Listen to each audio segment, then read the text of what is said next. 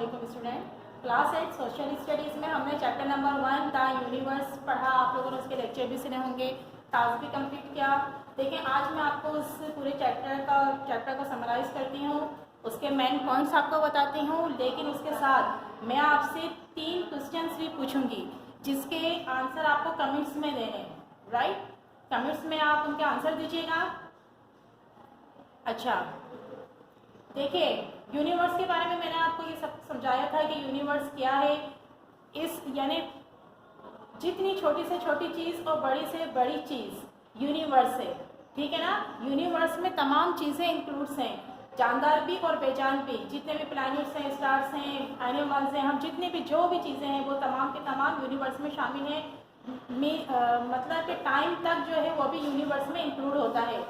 अच्छा, उसके बाद फिर मैंने आपको बताया था कि यूनिवर्स मतलब आपको फिर एक टर्म आपने लाइट ईयर की जो टर्म यूज़ होती है कि वो क्यों होती है। यूनिवर्स जो है वो इतनी ज़्यादा बड़ी है कि उसमें जितने भी प्लैनेट्स हैं या स्टार्स हैं उनके डिस्टेंसेस इतने ज़्यादा हैं कि वो जो हमारी अर्थ की जो मेजरिंग होती है उससे हम उसको नहीं मेजर कर सकते। तो इसलिए जो एस्ट्रोनॉमर्स हैं वो लाइट ईयर की टर्म यूज़ करते हैं।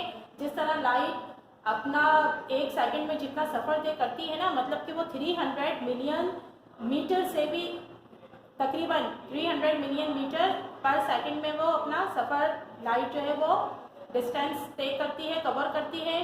तो उस हिसाब से फिर लाइट ईयर की टर्म यूज़ की जाती है तमाम स्पेस में जितना भी डिस्टेंस होता है ना उसे मेजर करने के लिए। Right students. अच्छा, नेचुरल सैटेलाइट के बारे में भी आपने पढ़ा कि जितने भी प्लैनेट्स हैं उनके जो नेचुरल सैटेलाइट हैं सबके अलग अलग हैं। जैसे ज़मीन का एक है, 2 प्लैनेट ऐसे हैं मरक्यूरी और वेनस जिसका कोई सैटेलाइट नहीं है। इस तरह सबके जो चांद कहलाते हैं, जिस तरह हमारा ज़मीन का एक चांद है, ठीक है। अच्छा, सोलर सिस्टम के बारे में आपने इसमें पढ़ा कि सोलर सिस्टम क्या है। मतलब सूरज जो है वो सोलर सिस्टम को लीड करता है, मतलब कि वो सरदार है सोलर सिस्टम का, और जितने भी प्लैनेट्स हैं वो उसी के गिर्द रिवॉल्व करते हैं और फिर इस तरह सोलर सिस्टम बनता है। जितनी भी बॉडीज हैं वो मिलकर फिर सोलर सिस्टम बनाती हैं। मतलब ये जो गैलेक्सी जो हमारी जो है ना मिल्की वे, ये सोलर सिस्टम इसका है जिसमें हमारी ज़मीन भी शामिल है। इसके अलावा फिर और बहुत सारी गैलेक्सीज हैं जो कि कायनात में मौजूद हैं बिलियंस के हिसाब से। राइट। अच्छा, अब ये सोलर सिस्टम में जितने भी प्लैनेट्स हैं इनके बारे में भी मैंने आपको समझाया था कि सिर्फ हमारा अर्थ है जहाँ ऑक्सीजन और पानी दोनों चीज़ें हैं जो कि तमाम जानदारों के लिए ज़रूरी हैं। और फिर उसका ज़मीन का सूरज से फासला भी इसी तरह है कि फिर जितनी हमें हीट की ज़रूरत होती है वो हमें मिलती है। जिस तरह मरक्यूरी या वेनस है वो सूरज से इतने ज़्यादा करीब हैं कि वो बहुत ज़्यादा हॉट है, मतलब हॉटेस्ट प्लैनेट्स है वो सूरज से करीब होने की वजह से कि वहाँ कोई भी जानदार सर्वाइव नहीं कर सकता।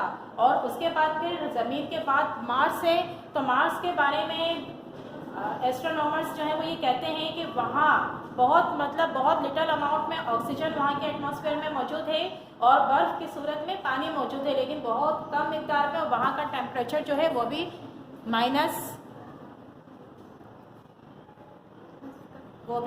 में -140 इस तरह है। अच्छा, इसके बाद फिर जितने भी प्लैनेट्स हैं वो सूरज से फिर इतने ज़्यादा दूर हैं कि फिर वो बहुत ज़्यादा कोल्ड हैं। सबके ही टेम्परेचर इतने ज़्यादा माइनस में है, इतने ज़्यादा लो टेम्परेचर है कि वहाँ कोई भी जानदार जो है वो सर्वाइव नहीं कर सकता। Right students. अच्छा, उसके बाद मून फेसेस का मैंने आपको समझाया था। मून एक्लिप्सिस जो होते हैं तो उनके बारे में समझाया था कि मून फेसेस हमें किस तरह मतलब चाँद की गर्दिश किस तरीके से होती है कि हमें चाँद के मखसूस शेप हर महीने इसी तरह नज़र आते हैं एक जैसे। फुल मून कब नज़र आता है, कब न्यू मून होता है, ये सब मैंने आपको समझाया था।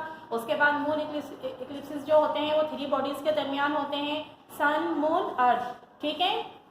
ये सब मैंने आपको समझाने के बाद, अच्छा, इक्लिप्सिस जो होते हैं इन 3 बॉडीज़ के अलावा यानी जो हैवी बॉडीज़ होती है ना, जैसे सूरज के सामने से जब कोई और प्लैनेट भी गुजरेगा, मतलब अभी कुछ साल पहले मरक्यूरी सूरज के सामने से गुजरा था तो हमें वो भी नज़र आया था, लेकिन ये ऐसा बहुत कम होता है।